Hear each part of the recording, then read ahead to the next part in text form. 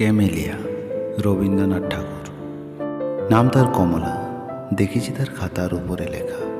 সে চলেছিল ট্রামে তার ভাইকে নিয়ে কলেজের রাস্তায়। আমি ছিলাম পিছনের বেঞ্চিতে। মুখের এক পাশে নিটোল রেখাটি দেখা যায়, আর ঘাড়ের উপর কোমল চুলগুলো খোপার নিচে।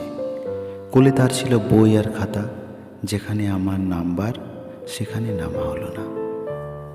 এখন থেকে সময়ের হিসাব করেই বেরোই। সে হিসাব আমার কাজের সঙ্গে ঠিকটি মেলে না, প্রায় ঠিক মেলে ওদের বেরোবার সময়ের সঙ্গে।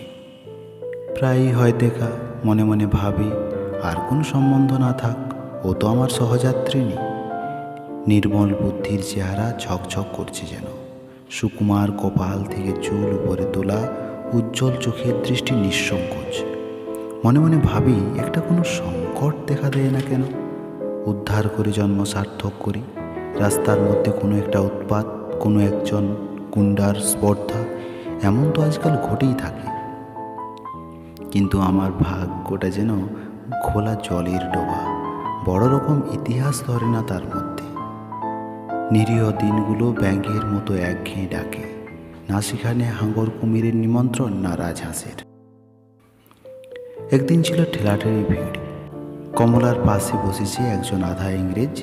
ইচ্ছে করছিল ও কারণে টুপিটা উড়িয়ে দিই তার মাথা থেকে, ঘাড়ে ধরে রাস্তায় দিই নামিয়ে। কোনো ছুতো পায়নি, হাত নিষ্পিস করে। এমন সময় সে এক মোটা চুরুট ধরিয়ে টানতে করলে শুরু। কাছে এসে বললুম, ফেলো চুরুট। যেন পেলেই না শুনতে। ধোঁয়া ওড়াতে লাগলো বেশ ঘোরালো করে। মুখ থেকে টেনে ফেলে দিলাম চুরুট রাস্তায়। হাতে মুঠো পাকিয়ে একবার তাকালো কটমট করে, আর কিছু বললে না। এক লাফে নেমে গেল। বোধহয় আমাকে চেনে। আমার নাম আছে ফুটবল খেলায়, বেশ একটু চৌড়া গোছের নাম। লাল হয়ে উঠল মেয়েটির মুখ। বই খুলে মাথা নিচু করে ভান করলে পড়বার। হাত কাঁপতে লাগলো। কটাক্ষেও তাকালে না বীর পুরুষের দিকে। আপিসের বাবুরা বললেন, বেশ করেছেন মশাই। একটু পরেই মেয়েটি নেমে গেল অজায়গায়। একটা ট্যাক্সি নিয়ে চলে গেল। পরের দিন তাকে দেখলাম না, তারপর দিনেও না। তৃতীয় দিনে দেখি একটা ঠেলা গাড়িতে চলেছে কলেজে। বুঝলুম ভুল করেছি কুঁয়ারের মতো। ও মেয়ে নিজের দায় নিজেই নিতে পারে, আমাকে কোনো দরকারই ছিল না। আবার বললুম মনে মনে, ভাগ্যটা খোলা জলের ডোবা।